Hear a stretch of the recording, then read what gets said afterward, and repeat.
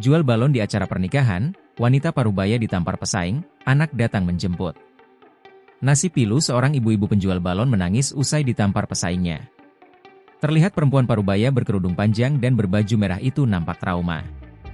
Dia rupanya baru saja mendapat aksi kekerasan yang dilakukan wanita penjual balon keliling lainnya saat berjualan di acara pernikahan warga. Ibu-ibu penjual balon itu rupanya ditampar oleh pesaingnya. Akibat ditampar pesaingnya, perempuan parubaya itu nampak linglung. Sesekali dia mengelap bagian wajahnya dengan kerudung panjang yang digunakan. Nampak dia khawatir ada darah yang mengucur dari hidungnya. Kosah pilu ibu-ibu penjual balon itu dibagikan akun media sosial TikTok Dunia Punya Cerita. Sementara itu, usai video ibu-ibu penjual balon ditampar pesaingnya itu viral, seorang wanita dengan akun Pup21 memberi keterangan.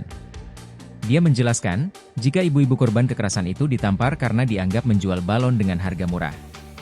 Setelah dipisahin sama panitia yang lainnya, ibu korban kekerasan langsung duduk terdiam. Tak lama kemudian, ibu tersebut menghampiri wanita yang bertugas di meja tamu dan bercerita. Puput pun semakin merasa sedih karena ibu-ibu penjual balon langsung menelpon anaknya untuk minta dijemput pulang. Yang paling sedih pas duduk ibu balon LNGSN genelepon angnya bilang, "Jemput mamak nak. Mamak sakit hati di sini," dipaparnya.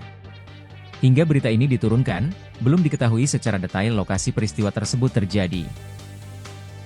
Download Tribun X sekarang, menghadirkan lokal menjadi Indonesia.